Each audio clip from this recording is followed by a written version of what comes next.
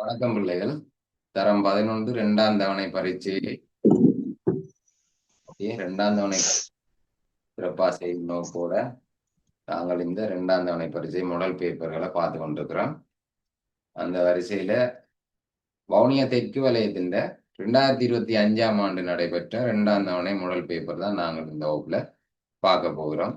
அதுல பகுதி 1A, அதாவது பகுதி 1A இருக்கிற இந்த 25 கேள்விகளும் நாங்கள் ஆல்ரெடி பார்த்துட்டோம். சரியா? அப்ப அதுக்கு பிறகு பகுதி 1B, பகுதி 1Bயில 5 கேள்வி இருக்கும். எல்லா வினாக்களுக்கும் இத்தாலிலேயே விடை எழுத, அதாவது அவங்க தரப்பட்ட இடத்துக்குள்ளேயே தான் எழுதணும். சரி, அப்ப அந்த இடத்தை வடிவா பயன்படுத்துறதுக்கு பழகணும்னு சொன்னா இந்த பேப்பரை பிரிண்ட் எடுத்து நீங்க இதுல செஞ்சு பழகணும். அப்பதான் உங்களுக்கு அந்த பழக்கம் வளரும். அதை விட்டுட்டு சிஆர் கோப்பியில ஒரு நடுத்தால கிழிச்சு போட்டு அதுல எழுதி பழகினீங்கன்னா அதுல நீங்க பக்கம் ஃபுல்லா எழுதுவீங்க, ஒரு கேள்வியை பக்கம் ஃபுல்லா எழுதுவீங்க. ஆனா ஒரு பக்கத்தின் பாதிக்குள்ளதான் இந்த கேள்வியில செய்க வழியையும் எழுதணும், விடையையும் எழுதணும். சரியா? அப்ப எப்படி இதை யூஸ் பண்ணி இந்த செய்க வழி விடையை எழுதணும் என்று உங்களுக்கு ப்ராக்டிஸ் வேணும்னு சொன்னா பேப்பரை பிரிண்ட் எடுத்து பேப்பர்ல செய்து பழகுங்க. சரியா? ஓகே. அப்ப எல்லா வினாக்களுக்கும் இத்தாலிய விடை எழுதுக. 5 கேள்வியும் செய்யணும், 5 கேள்வியும் கட்டாய கேள்வி. பையின் பெருமானத்துக்கு பதிலாக 22 கீழ் 7 சுற்றளவு பரப்பளவு கேள்வியில தனியா சொல்லுவாங்க. பை பைக்கு பதிலா 22 கிலோல பாவிங்க வந்து சுற்றுலா பரப்பளவு கேள்வியில தனியா சொல்லுவாங்க. ஓகே, சரி. அப்ப இதுல இடம்பெற கேள்விகளா பின்னங்கள் இடம்பெறும், பின்னங்கள் இடம்பெறும். அதே மாதிரி சுற்றளவு பரப்பளவு இடம்பெறும். அந்த மாதிரி சதவீதம், சதவீதம் நாங்க தரம் 10ல படிச்ச சதவீதம் இடம்பெறும். அதுல கூட்டு வட்டியும் வரும் இல்லை, இதுல கூட்டு வட்டி தான் போட்டிருக்கு. சரியா? கூட்டு வட்டி 11ஆம் ஆண்டுல படிச்ச கூட்டு வட்டியும் வரலாம் இந்த சதவீதம் பகுதியில. அந்த மாதிரி தரவுகளை வகை குறித்தல்ல வட்டவரைவு, மிட்ரன் பல்கோணி, வலையுறு வரையம், திறன்மிடல் வலை, இந்த 4ல ஏதாவது 2 வரலாம். சரியா? அதுக்கு பிறகு நெய்யரி, மரவரி, இந்த 2 பகுதிகளும் இருக்கு. சரியா? அப்ப நாங்க ஓடரா வருவோம். முதலாவது பின்னங்கள். நாங்க பின்னங்கள் ஆல்ரெடி படிச்சு முடிச்சிட்டோம். எங்களுடைய பாஸ் பேப்பர் வகுப்புல பின்னங்கள் என்ற பாடம் படிச்சு முடிச்சிட்டோம். 2020 இருந்து 25 வரைக்கும் இருக்கிற 6 பாஸ் பேப்பர் நான் கிளாஸ்ல செய்து விட்டேன்னா மிச்சம் இருக்கிற அந்த 16, 17, 18 நான் உங்களுக்கு வீடியோ லிங்காக அனுப்பியிருந்தேன். நான் வேறொரு வகுப்புக்கு எடுத்த ரெக்கார்டிங்கை நான் உங்களுக்கு தந்திருக்கேன். சரியா? அப்ப நாங்கள் கிட்டத்தட்ட ஒரு 9 கேள்வி அதுல செஞ்சிருந்தோம். அப்ப இந்த கேள்வி செய்யறது எங்களுக்கு அவ்வளவு பெரிய பிரச்சனையா இருக்காது. சரியா? நீங்க எல்லாரும் செய்திருப்பீங்க நம்புறேன்னு பார்ப்போம். மார்க்ஸ் போடக்குள்ள எத்தனை இருக்கு, 10க்கு 10 வருதுன்னு பார்ப்போம். ஓகே, முதலாவது கேள்வி பார்ப்போம். ஒருவர் தன்னுடைய காணியில், அப்ப இது நாங்க ரஃப் பேப்பர்ல நோட் பண்ண போறோம். எடுத்த உடனே விடைகளை நாங்க இதுல எழுத போக மாட்டோம். அப்ப ரஃப் பேப்பர்ல தான் இந்த தரவுகளை குறிக்க போறோம். தரவுகளை குறிச்சு போட்டு அதுக்கு பிறகுதான் கேள்வி செய்ய வரோம். ஒருவர் தன்னுடைய காணியில் 8ல் 3 பங்கை முதல் நாளில் துப்புரவு செய்கிறார். மீதியில், சரியா, மீதியில் அந்த என்றது இருக்கா? மீதியிட 5ல் 2 தான். முழு பின்ன முழுவதின் 5ல் மேல் 2 என்று சொல்றது வேற, மீதி 2 என்று சொல்றது வேற. ஓகே, இடையில ஜாயின் பண்ணக்குள்ள உங்களோட மைக் ஒன்னா தான் இருக்கும். அது இருக்கா பார்த்து கொள்ளுங்க. சரியா? வகுப்புன்ற இடையில தொடங்கக்குள்ள பிள்ளைகள் மைக் ஒன்னா இருக்கும். அதை மியூட் பண்ணி போட்டு வகுப்புல தொடர்ச்சியா இணைஞ்சிருந்தோம். சரியா? அவ மீதியில் என்று சொல்றதுக்கும் முழுவதன் என்று சொல்றதுக்கும் வித்தியாசம் இருக்கு. மீதியில் என்று சொன்னா இவர்ல மீதி, அதை காணணும். அந்த மீதியின் என்று சொன்னா உங்களுக்கு என்னன்னு தெரியும். மீதியின் 5ன் மேல் 2 தான் 2ஆம் நாள் செய்யற. திரும்பவும் வருது பாருங்க. எஞ்சியதன், எஞ்சியதன் என்று சொன்னா அங்கேயும் ஒரு இருக்கு. இன் என்ற அந்த எழுத்து இதுக்குள்ள ஒளிஞ்சிருக்கு. தன் என்றதுக்குள்ள ஒளிஞ்சிருக்கிற. எஞ்சியதன் 3ல் ஒரு பங்கு 3ஆம் நாளில் துப்புரவு செய்து முடிக்கிறார். சரியா? ஓகே, அவ்வளவுதான். சரி, இப்ப உங்களுக்கு கேள்வி தெரிஞ்சுட்டு அப்ப 2ஆம் நாள் எஞ்சி இருக்கிற காணி, 2ஆம் நாள் துப்புரவு செய்த காணி, 3ஆம் நாள் துப்புரவு செய்த காணி, 3ஆம் நாள்ல இறுதியில இவ்வளவு காணி மிச்சம் இருக்குமெண்டா மொத்த காணி எவ்வளவு? இதான் காணி. இதான் கேள்வி. சரியா? ஓகே, அப்ப ரஃப் பேப்பர்ல தரவுகளை குறிக்க போறோம் பாருங்க.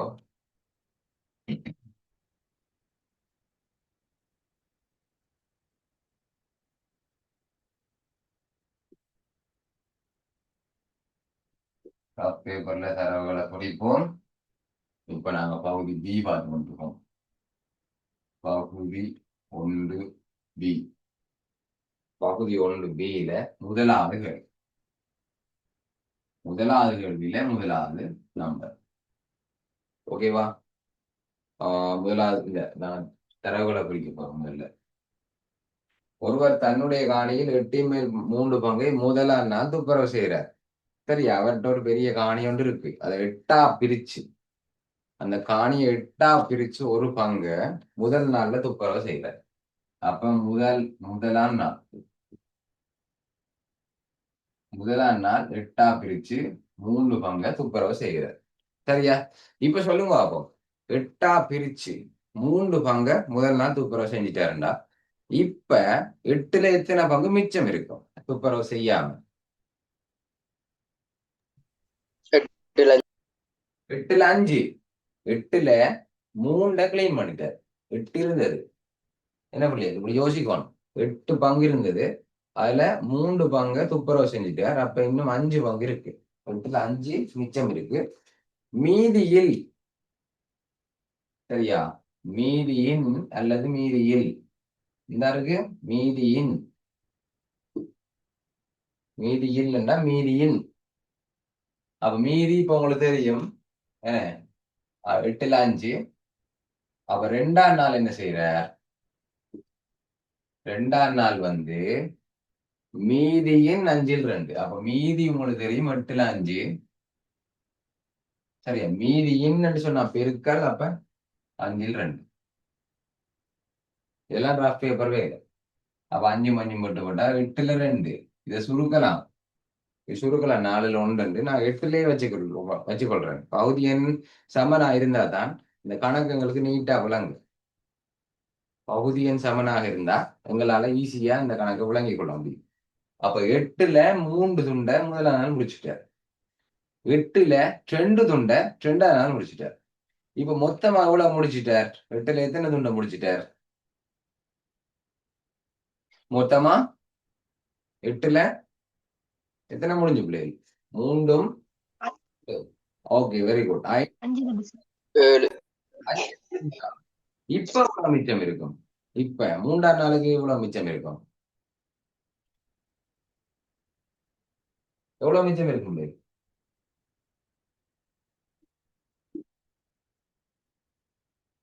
தெரியாத இருக்கும். சொல்லுங்க விதுஷா, சொல்லுங்க. எத்தனை மிச்சம் இருக்கும்? சத்தம் கேட்குது இல்ல. நீங்க மைக் ஒன் பண்றது தெரியுது, ஆனா சத்தம் கேட்குது இல்ல. கனுஜா சொல்லுங்க. அவன் கனுஜா உண்டா?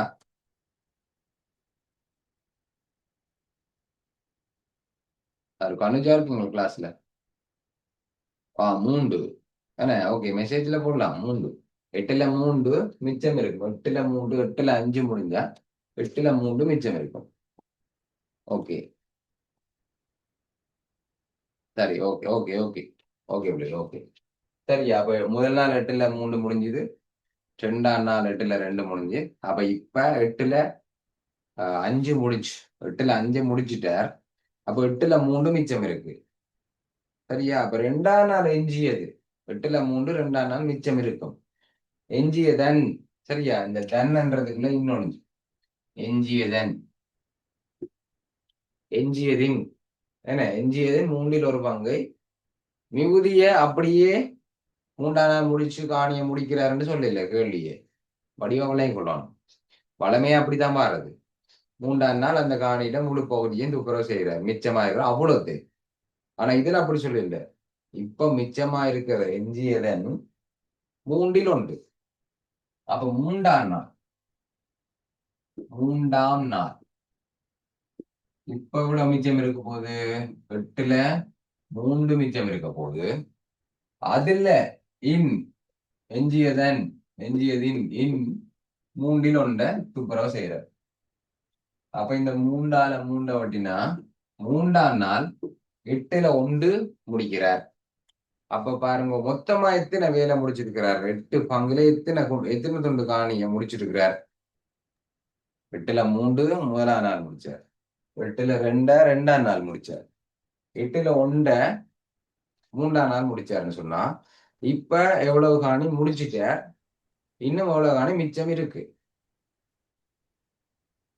சொல்லுங்க பாப்போம். 6 முடிச்சுட்டாருன்னு 8ன் மேல் 6, 8ன் மேல்னு சொல்லுவாங்க பகுதி என்ன முதலாக சொல்லுவோம். 8ன் மேல் 6 முடிச்சிட்டார், அப்ப எவ்வளவு மிச்சம் இருக்கும்? 8ல் 2. 8ல் 2. ஓகே தானே? கணக்கு விளங்கிட்டு எங்களுக்கு இவ்வளவு ரஃப் பேப்பர்ல நாங்க செஞ்சது. ஓகேவா? இனிதான் நாங்க பேப்பர்ல செய்யப்போம். சரியா? சரி, இப்ப பாருங்க முதலாவது கேள்வி. முதலாவது இப்போ 2ஆம் நாள் துப்புரவு செய்வதற்கு எஞ்சி இருக்கும் காணியின் பின்னம் யாது? 2ஆம் நாள், முதலாம் நாள் 8ல 3 துப்புரவு செய்ததுக்கு பிறகு 2ஆம் நாள் ஸ்டார்டிங்ல எவ்வளவு காணி மிச்சம் இருக்குமா?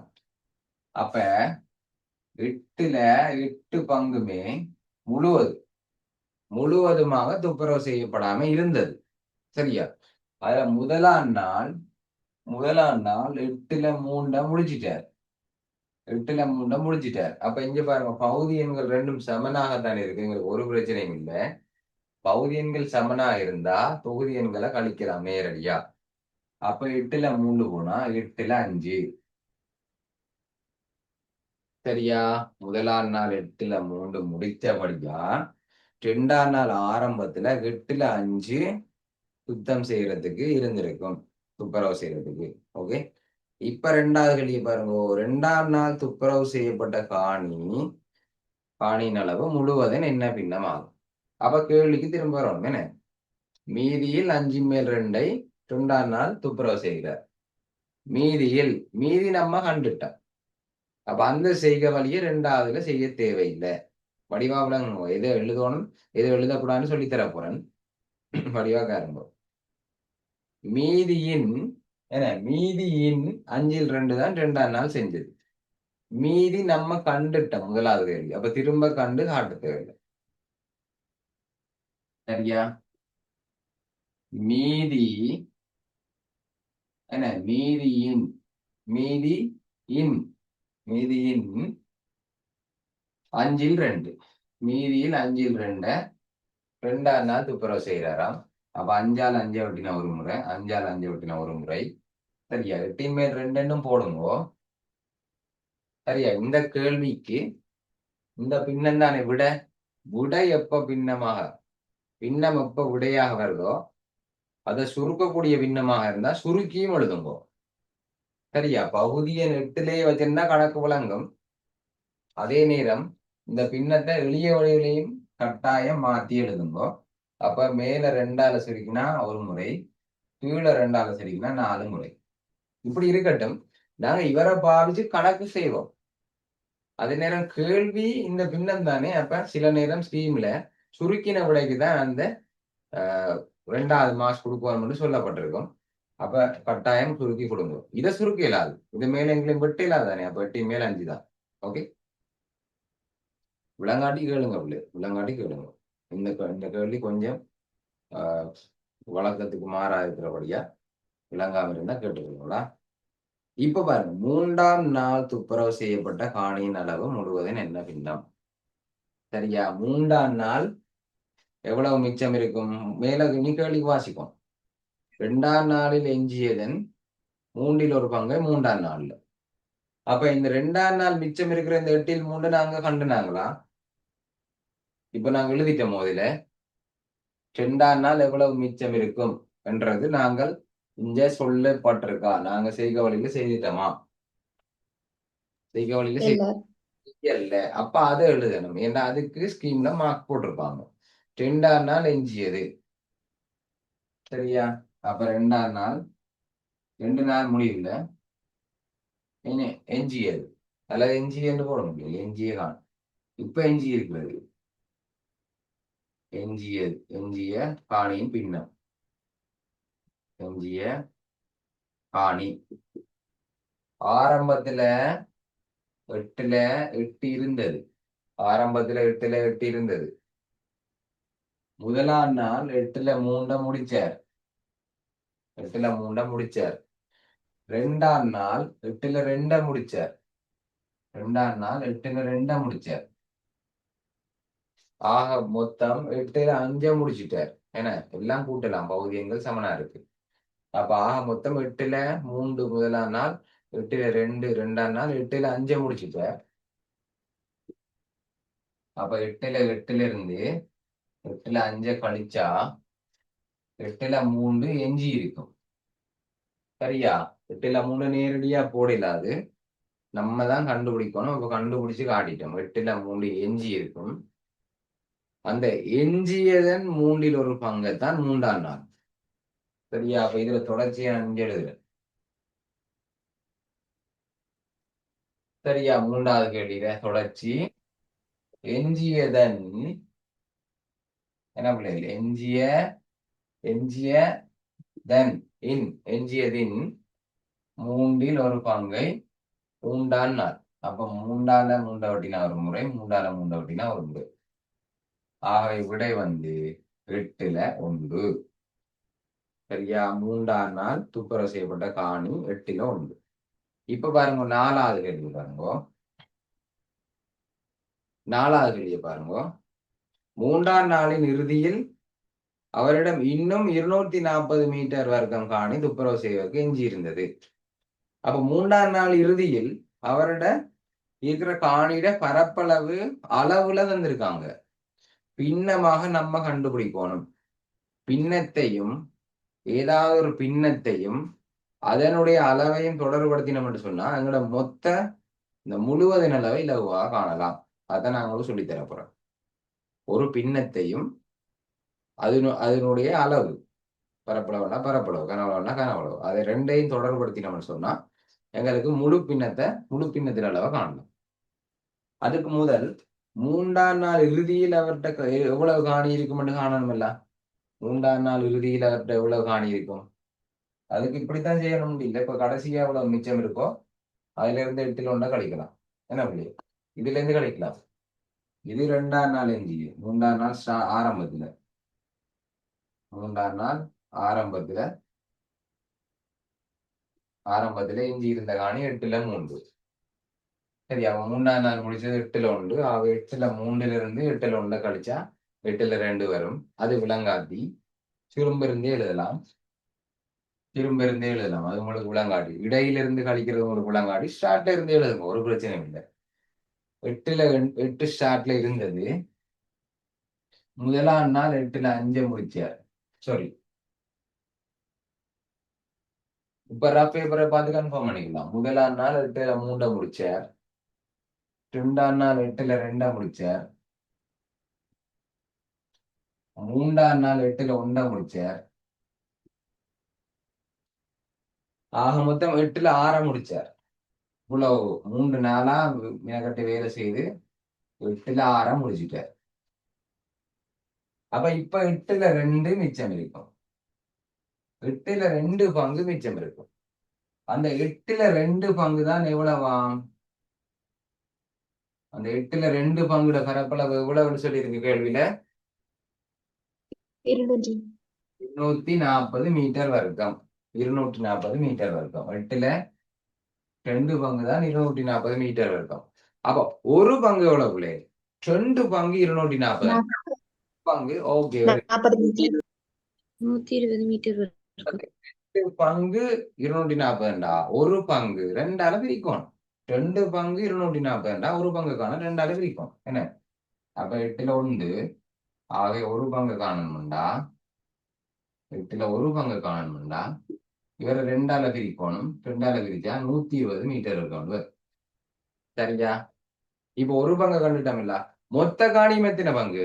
8ல எத்தனை பங்கு மொத்த காணியம்? Okay, very good. விடைய போட்டாச்சு. 960. 960. ஓகே, நான் கேட்கிறேன். 8ல ஒரு பங்கு 120. மொத்த காணியம் சொன்னா 8ன் மேல் எத்தனை? மொத்த காணியம்னா 8ன் மேல் 8. அப்போ ஒரு பங்கு 120. 8 பங்கு காண்றதுக்கு என்ன செய்யும்? 8 பங்கு காண என்ன செய்யும்? ஒரு மாம்பழம் 30 ரூபாய்னா 10 மாம்பழம் வேண்டா 10 அளவு இருக்கணும். 30 ரூபாய் 10 அளவு இருக்கணும். அதை மாதிரி தான் ஒரு பங்கு 120 மீட்டர் இருக்கணும்டா. 8 பங்கு காணி 8 அளவு இருக்கணும். அப்ப மொத்த காணி என்று வசனம் எழுதலாம், அல்லது 8 மேல் 8 பங்கு என்று போடலாம். உங்களோட இஷ்டம். மொத்த காணி என்று கணக்க முடிக்கலாம், அல்லது 8 மேல் 8 பங்கு என்று முடிக்கலாம். அப்ப 120 8 பெருக்கினா எவ்வளவு? 960 மீட்டர் வர்க்கம். கேள்வி முடிஞ்சு. 960 மீட்டர் வர்க்கம். ஓகே தானே? சரியா? அப்ப இதுக்கு மார்க்ஸ் போட்டு கொள்வோம். இதுக்கு ஒன்று இந்த செய்வதை கொண்டு விடை கொண்டு ஆக மொத்தம் 2. இந்த செய்கவழி கொண்டு விடை கொண்டு சரியா? விடை கொண்டு இதுல 8 மேல் 2 போட்டாலும் சரியா போடுங்க. ஆனா எக்ஸாம்ல சுருக்கி கொடுக்கணும். 8 மேல் 2 விடைக்கு 2. அடுத்தது இதுல இந்த எஞ்சி இருக்குதுல்ல, 3ஆம் நாள் ஆரம்பத்துல எஞ்சி இருந்த காணியை கண்டுபிடிச்சதுக்கு 2 மார்க்ஸும், அங்கால 3ஆம் நாள் செய்த வேலையை கண்டுபிடிச்சதுக்கு 1 மார்க்ஸ்.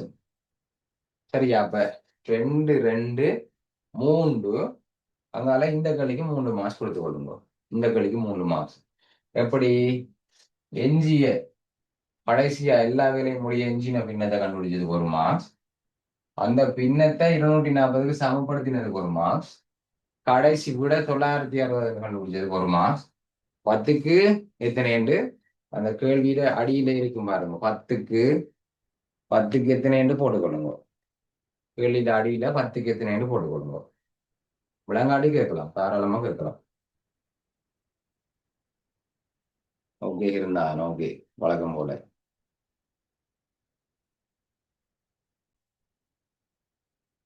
ஓகே பிள்ளைல. அப்ப அடுத்த கேள்வி போப்போம். 2வது கேள்வி சுற்றளவு பரப்பளவுல வருது. வடிவ ஞாபகம் வச்சுக்கணும். சுற்றளவு பரப்பளவு 2018 மட்டும்தான் தூர நேர வரை வந்தது. சுற்றளவு பரப்பளவு பயில 2018 மட்டும்தான் தூர நேர வரை வந்தது. அதுக்கு பிறகு 2024ஆம் ஆண்டு தூர நேர வரை வந்தது. சரியா? பரப்பளவு சுற்றளவு பரப்பளவு பதிலா மற்றும்படி சுற்றளவு பரப்பளவு தான் வரும். சரியா? சுற்றளவு பரப்பளவு வந்து 10க்கு 10 மார்க்ஸ் அள்ளித்தார பாடங்கள்ல ஒண்ணு. ஏன்னா அதுல உங்களுக்கு ஞாபகம் இருக்கணும். என்ன ஞாபகம் இருக்கணும்? அதுல அந்த உருவங்களோட பரப்பளவு என்ன? சதுரம், செவ்வகம், முக்கோணம், வட்டம், இணைகரம், சரிவகம், இந்த இவ்வளவு பகுதியில பரப்பளவு உங்களுக்கு ஞாபகம் இருக்கணும். அந்த மாதிரி மற்றது என்ன? ஆரைச்சிறையிட ஓகே ஈக்குவேஷன். ஓகே, ஆரைச்சிறையிட பரப்பளவும் ஆரைச்சிறையிட சுற்றளவும் உங்களுக்கு நான் ஒரு டியூட்டன் தந்தேன் நான் செய்து. சரியா? உங்களுக்கு ஒரு டியூட்டன் தயாரிச்சு தந்தேன்னா அதுல எல்லாமே இருக்கு. இதெல்லாம் சின்ன பிள்ளைகளுக்கும் தெரியும் தானே. சதுரத்தில பரப்பளவு, நிலந்தர அகலம், செவ்வகத்தில பரப்பளவு, நிலந்தர அகலம், முக்கோணி, நிகரம், சரிவகம், வட்டம், ஆரைச்சிறிட பரப்பளவு, ஆரைச்சிறிட சுற்றளவு, இவ்வளவும் தெரிஞ்சா இந்த கேள்வி 10க்கு 10 மார்க்ஸ் எடுக்கலாம். 10க்கு 10 மார்க்ஸ் தூரம் எடுக்கலாம். ஓகே தானே? சரி, அப்போ வழக்கமான ஒரு கேள்வி, பாஸ் பேப்பர் கேள்வி மாதிரி ஒரு கேள்வி தான் இதுல போடப்பட்டிருக்கு. உங்களுக்கு 2ஆம் தவணையிலும் இருக்கும். வெற்றிகரமா அது 10 மார்க்ஸ், 10க்கு 10 எடுங்கோ. சரி, கேள்வியை பார்ப்போம். தரப்பட்ட உருவில் ஒரு சரிவக பகுதி ஏபிசிடி மைய கோணம் 90 பாகை ஆக உள்ள ஒரு ஆரைச்சிறை, கால்வட்டம். 90 பாகைன்னா கால்வட்டம், கால்வட்ட ஆரைச்சிறை ஒன்று இருக்கு. அங்கால ஏபியும் ஏடியும் ஏஇயும் சமனா. படத்துல பிசியும் சமன் என்ற மாதிரி பிரிக்கப்பட்டிருக்கு. அதை வெட்டி விடுங்கோ. பிசிக்கு ஒரு ஒரு ஒரு கோடு போடப்பட்டிருக்குல்ல, இந்த கோடை வெட்டி விடுங்களா. இந்த கோடு பிள்ளையா போடப்பட்டிருக்கு. அப்ப அந்த பிசியில இருக்கிற அந்த கோடை வெட்டி விடுங்கோ. ஏபி வந்து 14, பிசி 30. கேள்வியில தரவுல சரியா தந்திருக்கு, படத்துல தான் பிள்ளையாடு. அப்போ ஒரு கால்வட்டம் உண்டு. கால்வட்டம், அங்கால ஒரு சரிவகம்.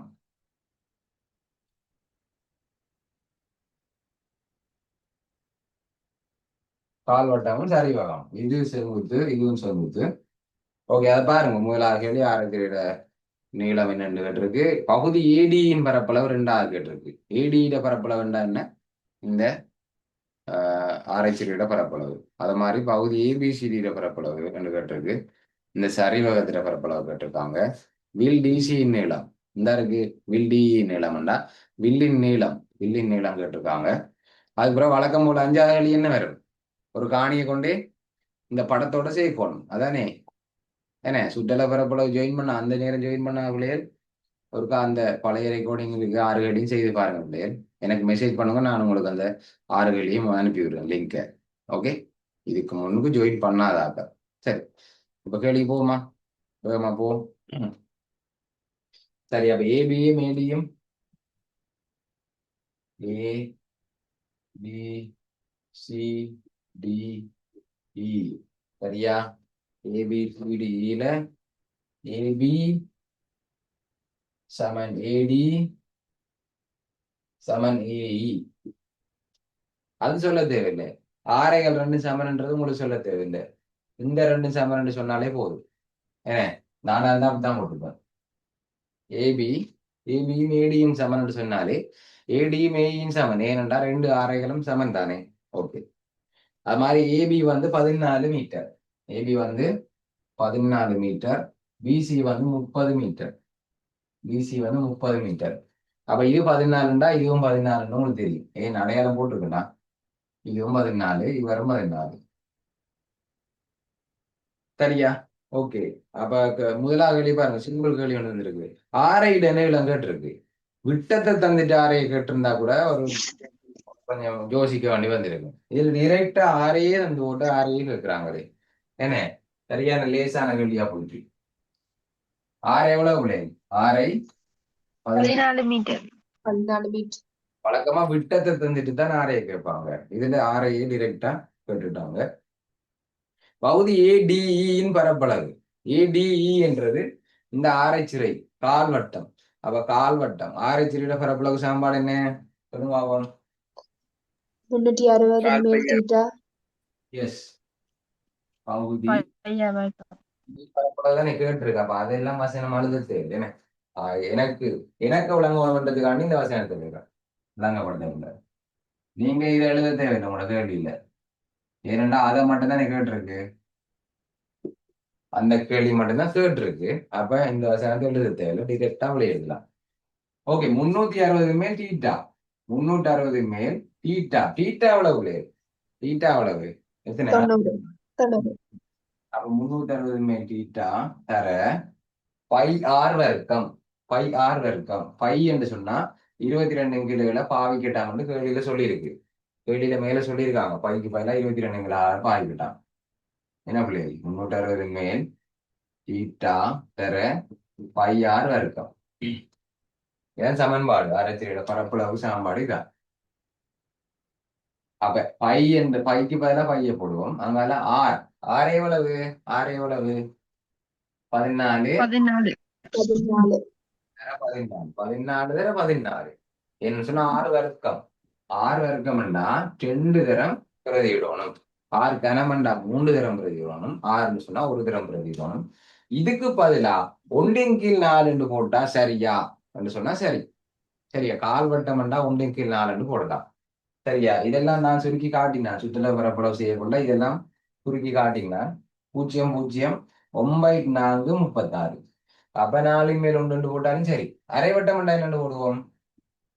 அரைவட்டம்ண்டா சோட்டா அப்படி போடலாம். அரைவட்டம்ண்டா 18ஆல வெட்டினா ஒரு முறை, 18ஆல வெட்டினா 2. 2ல் 1. 45 பாகைண்டா எப்படி வரும்? சொல்லுங்க. 8ல் 1. 8ல் 1. 45ஆல வெட்டினா ஒரு முறை. இவரை 45ஆல வெட்டினா 8 முறை. சரியா? 45ஆல 8ல் 1. 60 பாகைண்டா எப்படி வரும்?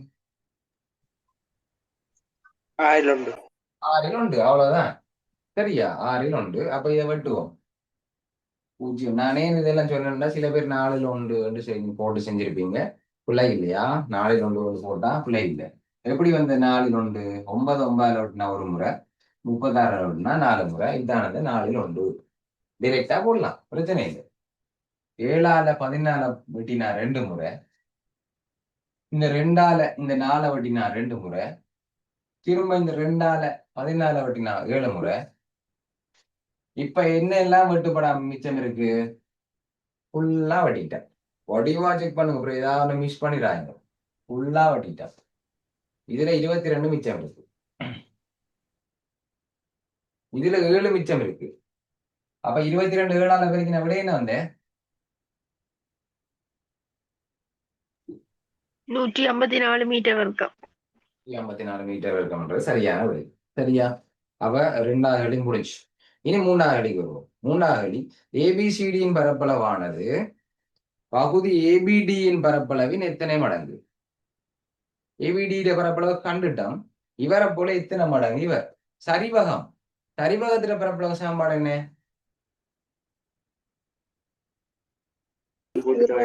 பக்கங்களின் கூட்டுத்தொகை சமன். அதேதான். சமாந்தர பக்கங்களையும் கூட்டுத்தொகை என்ன? சமாந்தர பக்கங்களையும் கூட்டுத்தொகை பரப்பளவு. சரிவகம் ஏபிசிடி பரப்பளவு அரை தர சமாந்தர பக்கங்கள். சரிவகத்துல ஒரு சோடி சமாந்தர பக்கங்கள் தான் இருக்கும். ஒரு சோடி சமாந்தர பக்கங்கள் தான் இருக்கும்.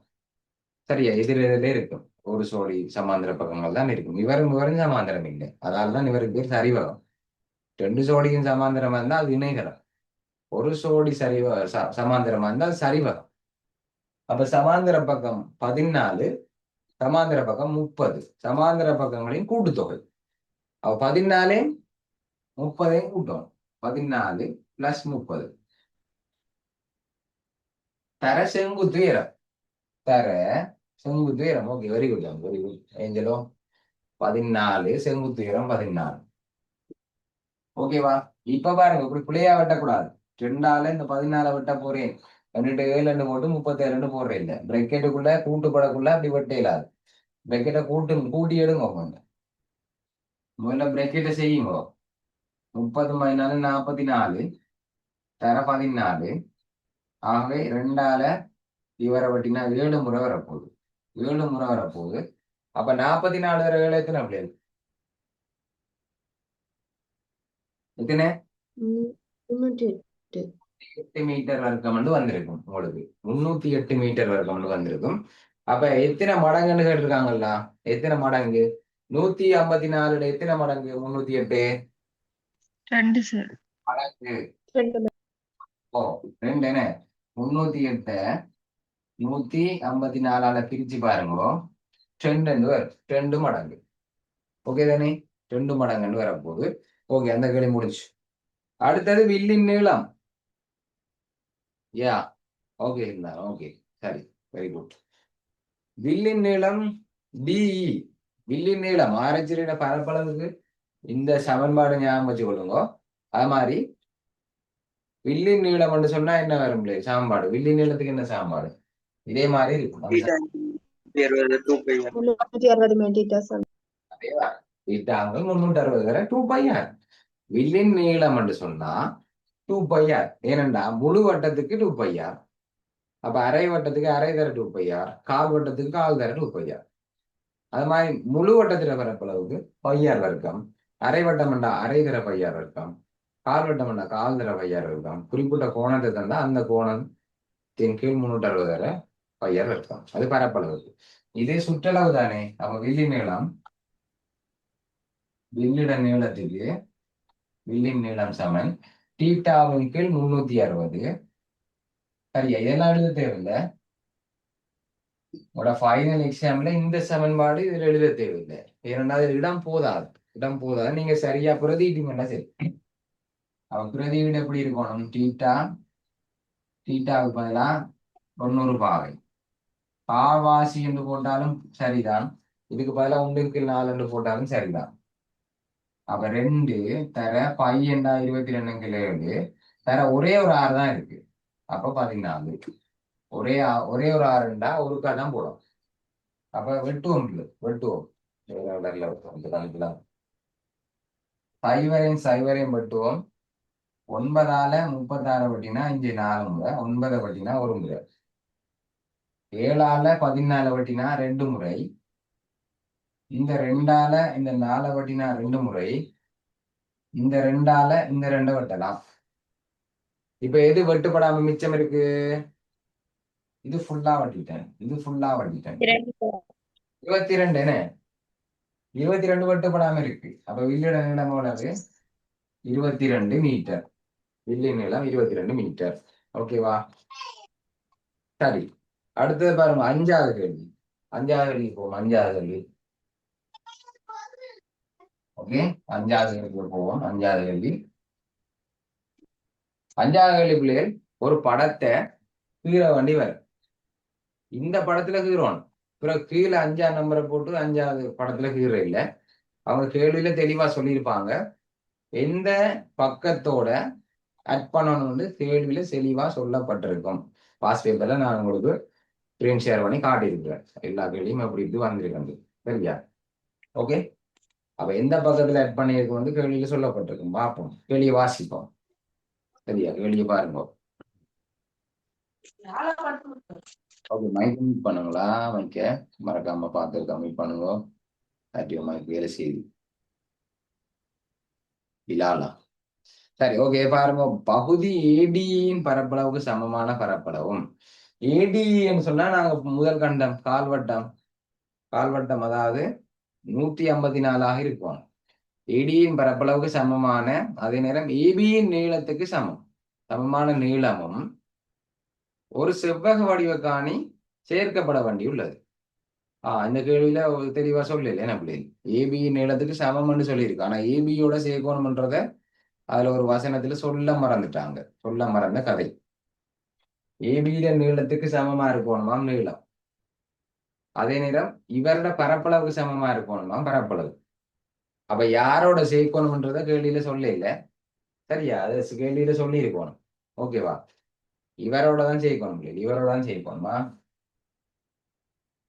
சொல்லப்பட்டிருக்கணும். ஏபியோட சேர்க்க போறோம். சரியா?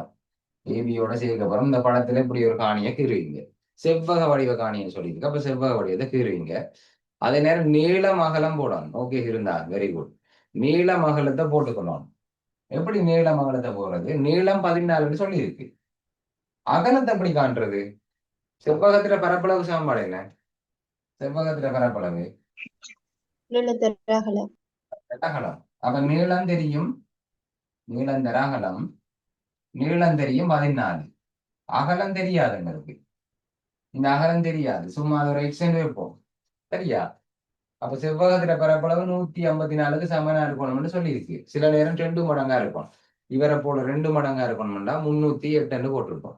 அல்லது இவரை போல அரை மடங்கா இருக்கணும்னு சொன்னா இதுல எத்தனை போட்டிருப்போம்? 77 போட்டிருப்போம். சரியா? அது கேள்விக்கு கேள்வி மாறும்.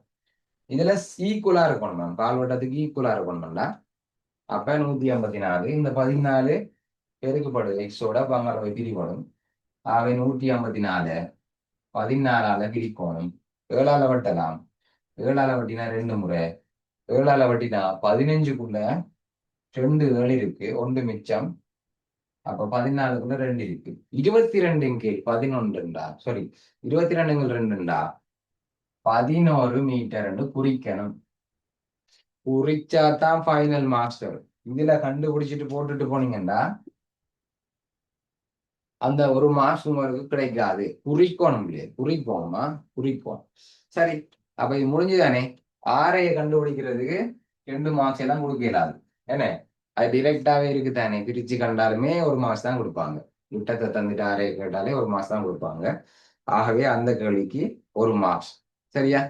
அதுக்கு பிறகு பரப்பளவு ஆராய்ச்சியோட பரப்பளவு கண்டம் எல்லாம் செய்க வழியில சரியான பிரதியீட்டுக்கு ஒரு மார்க்ஸ், விடைக்கு ஒரு மார்க்ஸ் 2. அதுக்கு பிறகு இந்த மடங்கு கண்டம் எல்லாம் மடங்கு கண்டம் அதுக்கும் இந்த பரப்பளவை கண்டுபிடிச்சதுக்கு சரிவகத்துல பரப்பளவை கண்டுபிடிச்சதுக்கு ஒரு மார்க்ஸ், மடங்கு கண்டுபிடிச்சதுக்கு ஒரு மார்க்ஸ் 2. சரியா?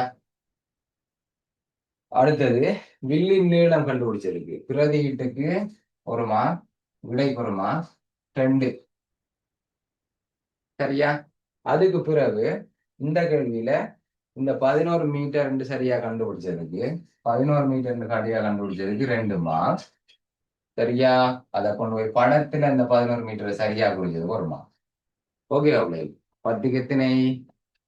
10க்கு 10 இருந்தான் மற்றாக்கள் எங்க நிஜாக்கள் இன்சான்ஸ் அனுனி லனோஸ்.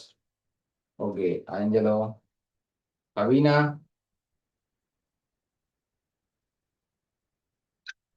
மற்றாக்களும் போகணும். ஓகே, அதாவது போடுங்கண்டா இந்த மெசேஜில் போடாட்டியும் பரவாயில்ல, போட்டோ எடுத்து போடுங்க. சில நேரம் நீங்க மாறி போட்டுருக்கலாம்.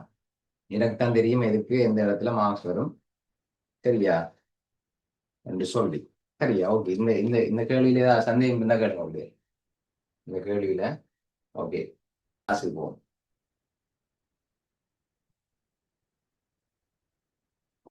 சரி, ஓகே. அடுத்த கேள்வி வரும், வாங்க உள்ளே.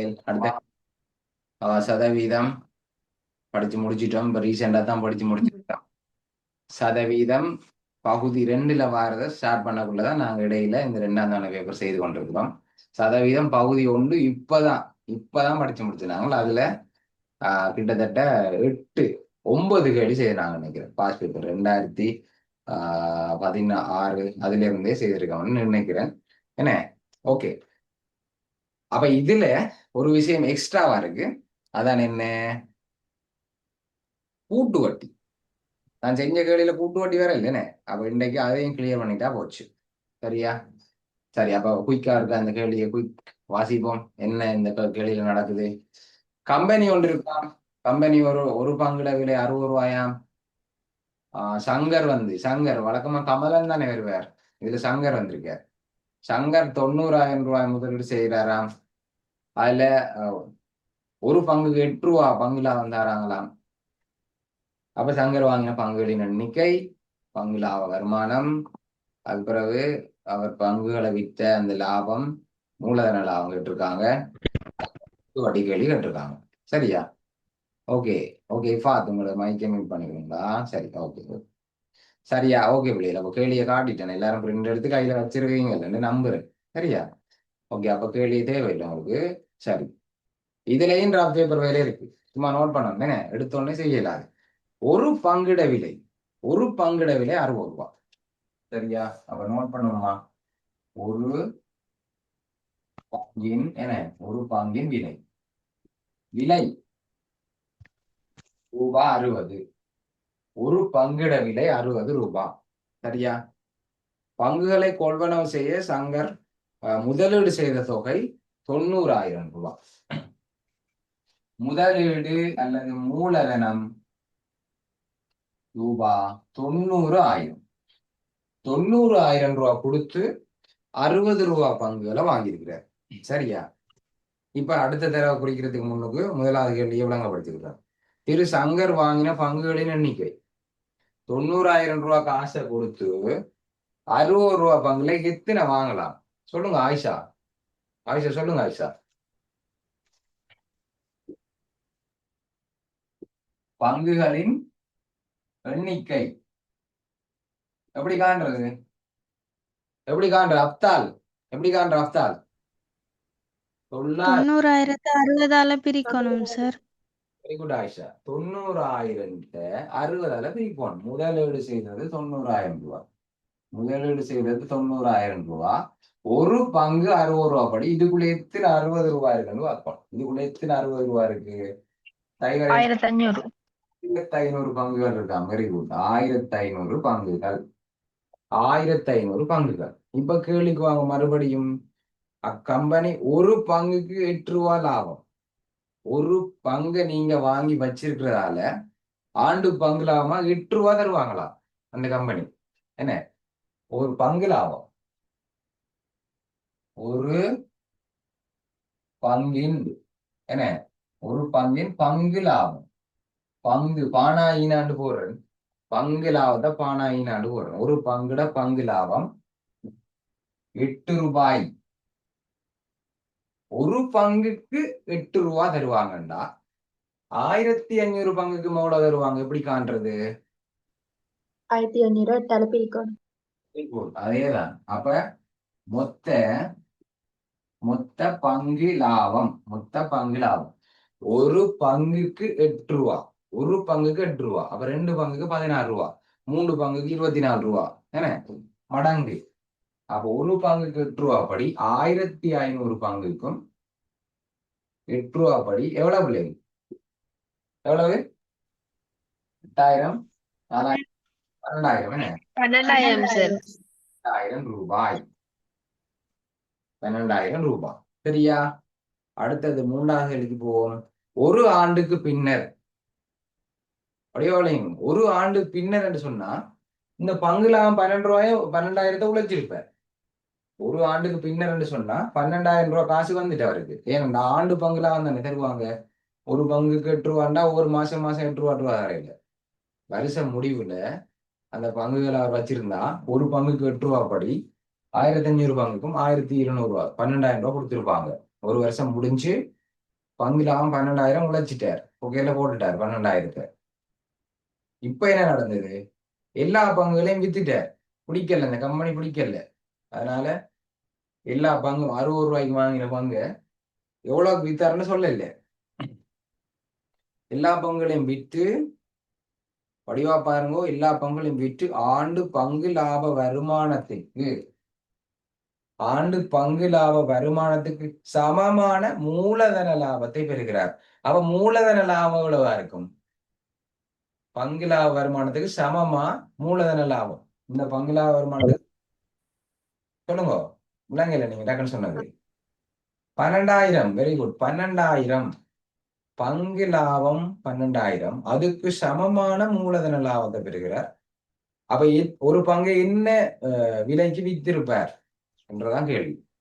நான் சும்மா உங்கள்ட்ட ஒரு உதாரணத்துக்கு இருக்கிறேன். ஒரு பங்கு 60 ரூபா தானே, ஒரு பங்கு 60 ரூபா தானே.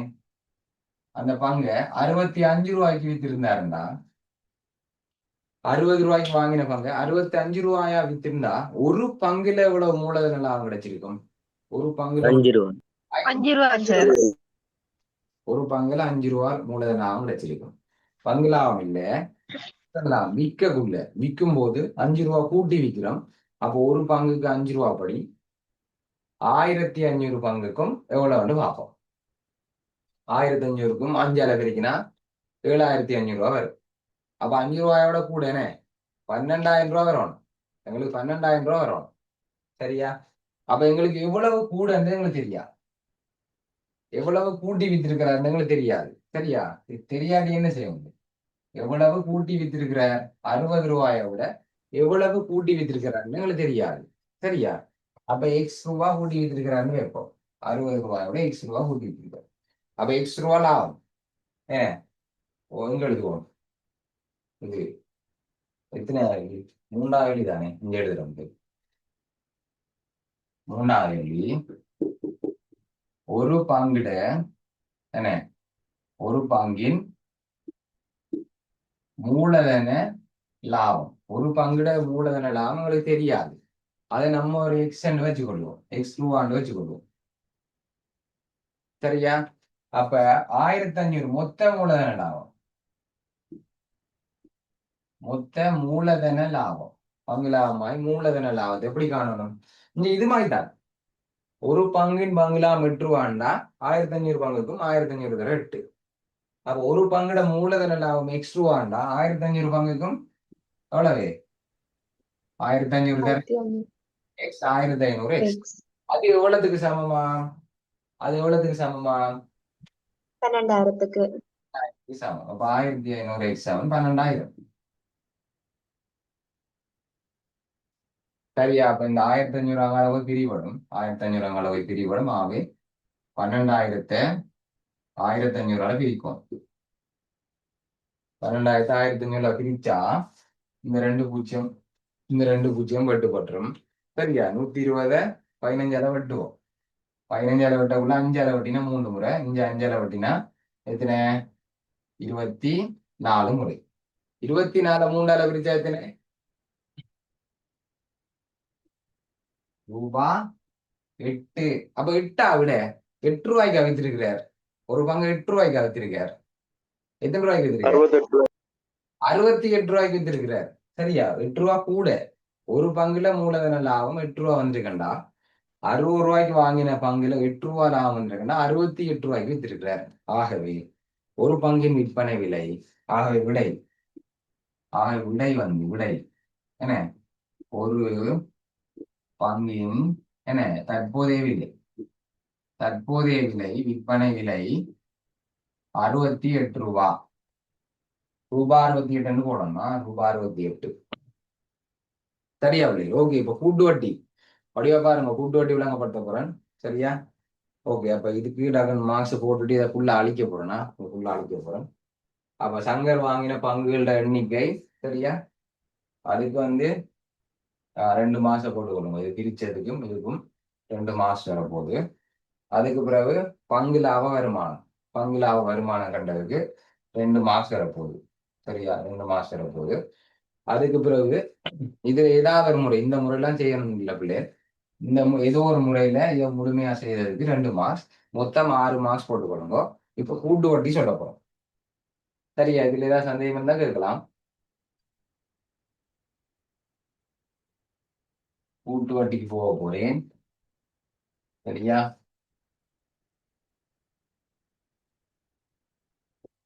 கூட்டு வட்டி நான் ஒரு 2 ஸ்டெப்ல சொல்லி தர போறேன். 2 ஸ்டெப்ல சொல்லி தர போறேன். இந்த 2 ஸ்டெப்ல நீங்க 2வது ஸ்டெப்பை வடிவா விளங்கி கொடுங்க.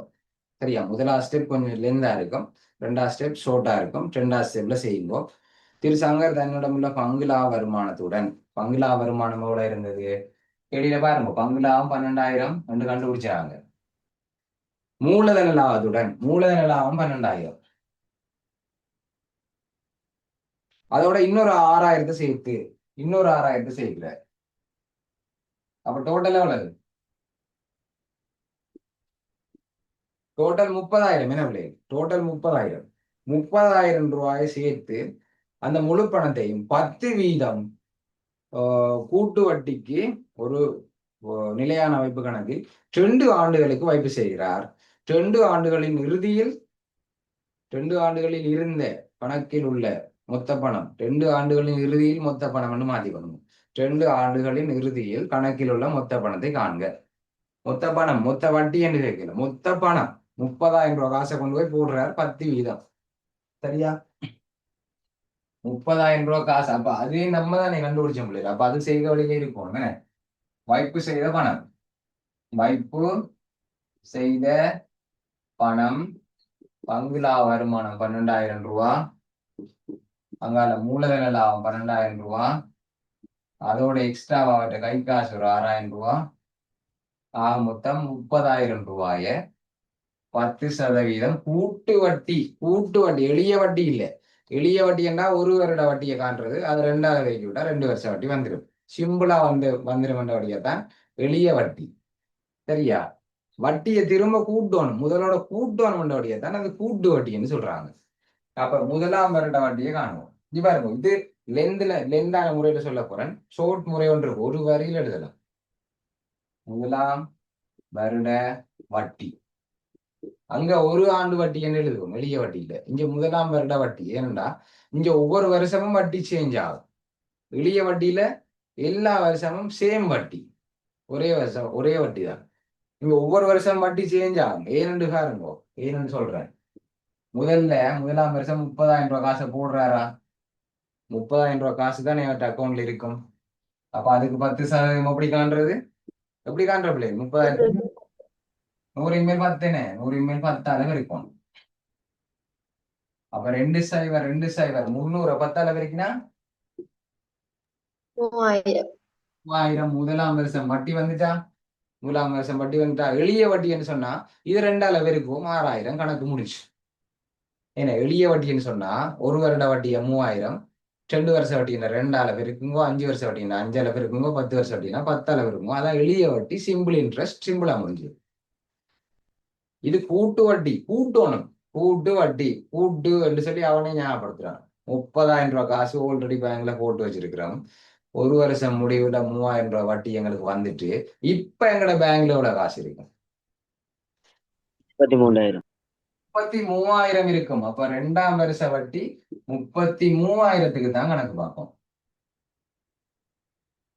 33,000க்கு தான் கணக்கு பார்ப்போம். 30,000 ரூபாய் வைப்பு செய்திருக்கிறோம். ஒரு வருஷம் முடியல 3,000ம் எங்களோட பேங்குக்கு தானே வரப்போகுது, பக்கத்து வீட்டுக்காரண்ட பேங்க் ஆக போகுது இல்ல தானே. அப்ப 33,000க்கு தான் 10% பார்க்கணும். அப்ப 2 சைவர் 2 சைவர் 330 10 வைக்கணும். எத்தனை?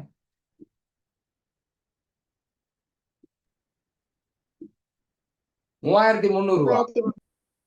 முதலாம் வருஷ வட்டி 3,000, 2ஆம் வருஷ வட்டி 3,300, மொத்த வட்டி 6,300.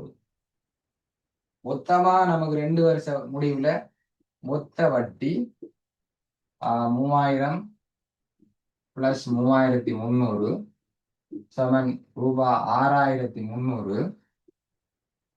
அதனால எங்கள்ட்ட வைப்பு செய்த பணமும் எங்களோட பேங்க் அக்கௌண்ட்ல தான் இருக்கும்.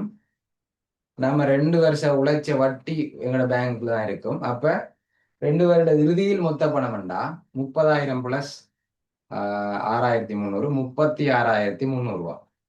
ஆக விடை மொத்த பணம் 30,000 வைப்பு செய்த பணம் வட்டி பணம் 36,300 ரூபாய் இருக்கும். முடிஞ்சு கேள்வி. இவ்வளவு செய்யணுமா? இவ்வளவு எல்லாம் செய்ய தேவையில்லை. ஒரு ஸ்டெப்ல விட பாருங்க, ஒரு ஸ்டெப்ல விடுறதுனா அதுக்கு நான் ஒன்னொண்டா சொல்லி தரப்போம். பாருங்க, கூட்டு வட்டி மொத்த பணம் காணப்படும் 30,000 100 மேல் 10 பெருக்கினா என்ன வந்தது? 30,000 100 மேல் 10 பெருக்கினா என்ன வந்தது? என்ன வந்தது? ஒரு முதலாம் வருட வட்டி வந்தது. முதலாம் வருட வட்டி வந்தது. வட்டியையும் முதலையும் சேர்த்து காணணும். இந்த 30,000ன்றது 100%. அதனால இந்த 3,000ன்றது 10%. அவ ரெண்டையும் சேர்த்து காணணும்டா 100 மேல் எத்தனை போடணும்? வட்டியும் முதல் 100 மேல் 110 போடணும். அப்ப இது சேர்ந்தே வந்துடும். இப்ப இவ்வளத்தையும் சுருக்கினா 33,000 வரும். இவ்வளத்தையும் சுருக்கினா 33,000 வரும். வட்டியும் முதலாம் வருஷ வட்டியை காணணும்டா 100 மேல் 10. முதலாம் வருஷ முடிவுல மொத்த பணத்தை காணணும்டா 100 மேல் 110.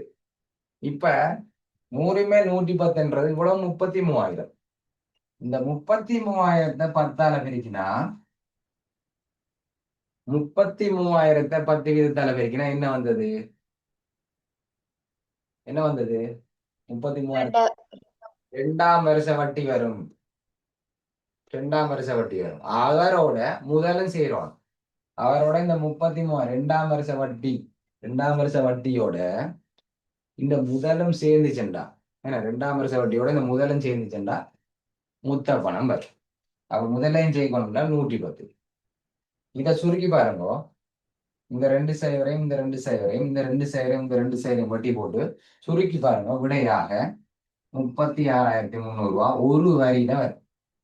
சரியா? இப்ப மறுபடியும் சொல்ல போறேன். தெளிவா கவனிச்சுட்டு பள்ளிக்கூடத்துக்கு வழிகிடலாம். சரியா? ஒரு வரியில் எப்படி கூட்டு வட்டி செய்வது? இதுக்கு ஃபுல் மார்க்ஸ். இதுல எவ்வளவு எழுதினதுக்கு இந்த ஒரு வரிக்கும் ஃபுல் மார்க்ஸ், இதுக்கும் ஃபுல் மார்க்ஸ். ஓகே ஓகே பாருங்க. ஓகே எல்லாரும் வந்து இதுக்கு 4 மார்க்ஸ் கிடையாது.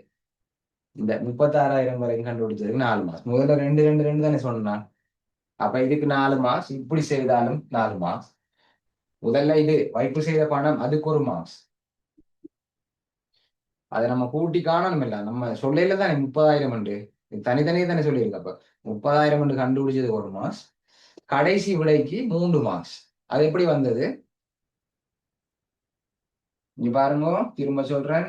இதோட பாப்பம் 30,000 தர 100 மேல் 10 போட்டா என்ன வரும்? 100 மேல் 10 போட்டா என்ன வரும்? முதலாம் வருட வட்டி. முதலாம் வருட வட்டி வரும்னா 100 மேல் 10. 100 மேல் 110 போட்டா முதலாம் வருட வட்டியும் முதலும் முதலாம் வருட இறுதியில் மொத்த பணம். ஓகே, திரும்ப 100 மேல் 10 போட்டா 2ஆம் வருட வட்டி வரும். சரியா? 110 போட்டா 2ஆம் வருட வட்டி வருடத்தின் இறுதியில் மொத்த பணம் வரும். அப்ப இப்ப சொல்லுங்க அப்போ 3ஆம் வருட வட்டியை கேட்டா என்ன செய்வீங்க? 100 மேல் 10 100 மேல் 10 பெருக்கு 3ஆம் வருட வட்டி. 3ஆம் வருட இறுதியில் மொத்த பணம் 100 மேல் 110.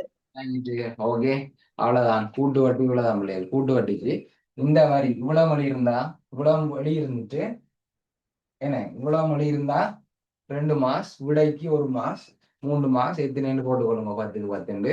அப்ப கூட்டு வட்டியும் பார்த்துட்டோம் பிள்ளைகள். எல்லாம் பார்த்துட்டோம். அப்போ உங்களுக்கு எக்ஸாமில் இந்த கேள்வி உங்களுக்கு முழுமையாக செய்ய முடியும். 10க்கு 10 மார்க்ஸ் எடுக்க முடியும். 10க்கு 10 எடுக்காத பிள்ளைகள் கவலைப்படாதீங்க. திரும்ப திரும்ப ப்ராக்டிஸ் பண்ணுங்க. எல்லா கேள்வியும் உங்களோட ரெக்கார்டிங்ஸில் எல்லா குரூப்லேயும் இருக்குது. அப்போ அதை திரும்ப ஒரு தடவை வேகமாக 1.5x யூடியூப்ல தெரியும் தானே உங்களுக்கு செட்டிங்ஸில் பாஸ் மாற்றுறது. மெதுவாகலாம் பார்த்துட்டுங்க. 1.5x செட்டிங்கில் போனீங்கன்னா ஸ்பீடு 1.5xல போட்டுட்டு என்னுடைய வீடியோ பார்த்தீங்கன்னா கொஞ்சம் ஷோர்ட்டாக கொஞ்சம் வேகமாக பார்த்து கொள்ளலாம். அப்படி பார்த்துட்டு போனீங்கன்னு சொன்னால் எல்லாருக்கும் வெற்றி கிடைக்கும். சரியா? ஓகே. அப்போ இன்றைய தினம் 2ஆம் தவணை எழுத போகிற எல்லா மாணவர்களுக்கும் வாழ்த்துக்கள். எல்லாரும் சிறந்த முதல் எடுத்த மார்க்ஸை விட இன்னும் பெட்டரான மார்க்ஸ் எடுக்கணும் என்றது நான் வாழ்த்துறேன். ஓகே பிள்ளைகள், ஓகே. ஏதாவது சந்தேகம் இருந்தால் கேளுங்க.